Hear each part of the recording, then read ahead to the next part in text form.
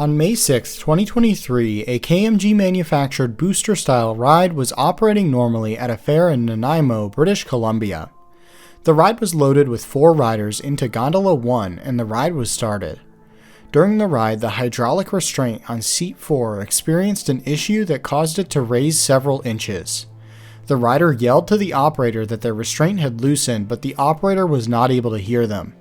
When the ride came to a stop at the end of its normal ride cycle, the rider from seat 4 collapsed due to experiencing a seizure, in part caused by terror from the loosening restraint. They would eventually make a recovery after being transported to a hospital. Technical Safety British Columbia would investigate the incident and would produce a report diving into all aspects of the ride and factors related to the incident. The ride was a KMG Speed, a common traveling booster-style ride. It featured 2 gondolas, each having 4 seats. Both gondolas could rotate on their own axis independent of the main rotating arm. Due to the ride's nature, when one gondola was being loaded, the other would be at the max height of the ride. The ride used over-the-shoulder harnesses that were secured by a hydraulic solenoid. The animation you are seeing is of a similar restraint designed by a different manufacturer. This type of restraint is common, and it allows for the restraint to be set in an infinite number of different positions to best fit each rider. The ride also featured a mechanical backup in the form of a latch that physically blocked a cam on the restraint itself when engaged. This would serve as the ride's secondary locking mechanism in the event that the main locking mechanism were to fail. This system was monitored by a proximity sensor, and the position of the restraint was monitored by a limit switch. These both fed data back to the ride's control system and would not allow the ride to start unless they were being flagged. Due to the nature of the mechanical restraint locking backup, it would only hold the restraint in one position, that being the restraint's highest allowed position. This was several inches higher than the lowest setting allowed by the hydraulic solenoid.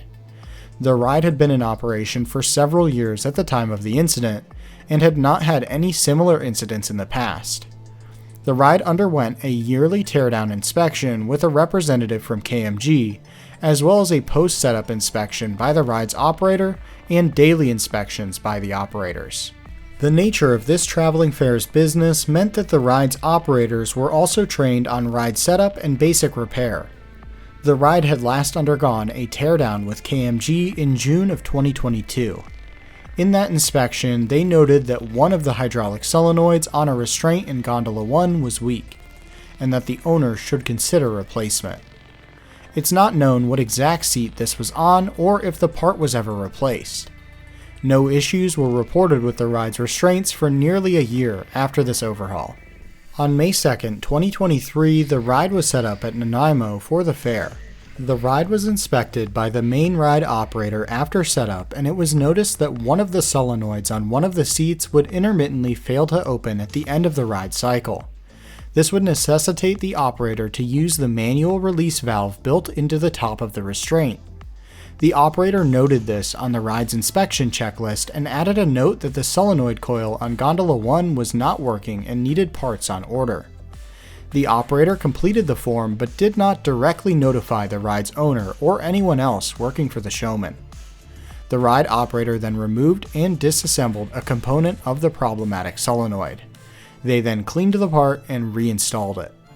This helped to solve the issue, but did not completely prevent the restraint solenoid from failing to unlock. The ride was open for the fair the following day and experienced intermittent issues with the restraint on Gondola 1 Seat 4 failing to open at the end of the ride cycle. In each of these situations, the operator would use the manual release valve to allow the riders to exit. At around 8 p.m. on May 6th, a rider sat down in Seat 4.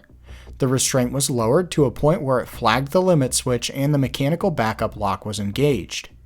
During the ride, the hydraulic solenoid on this seat failed to hold pressure, resulting in the restraint opening up to the point where it was caught by the mechanical backup.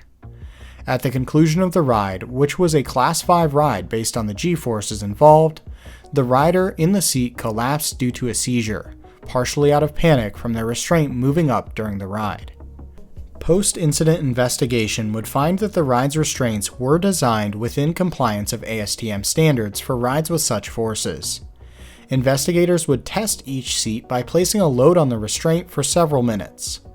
They found that all restraints had minimal movement under load, with the exception of Gondola 1, Seat 4, which moved up 6.5 inches or 165 millimeters over the duration of the test.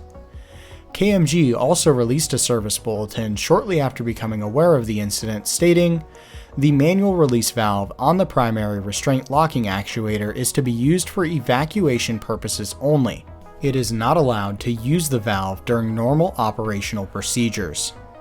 After the manual release valve on the primary restraint locking actuator has been used to evacuate a patron from the seat, the valve must be closed again before allowing new patrons in the evacuated seat again.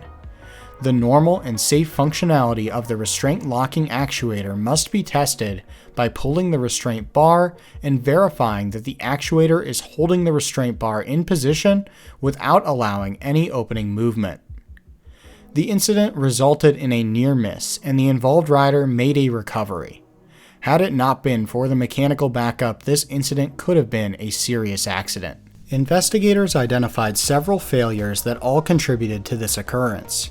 These included the operator opting to continue operation with the failing restraint solenoid and attempting band-aid style fixes rather than waiting for a replacement part, as well as the lack of communication between the ride's owner and the operator at the ride, as the owner was completely unaware of the issues the ride was having at the fair. Thankfully, this incident only resulted in a near miss, but it's still a fascinating case to learn from. If you'd like to read the full report, it is linked in the description below.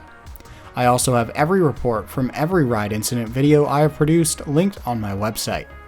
If you enjoyed this video, be sure to like and subscribe so YouTube pushes these types of videos to more people. Thanks for watching, and we will see you next time.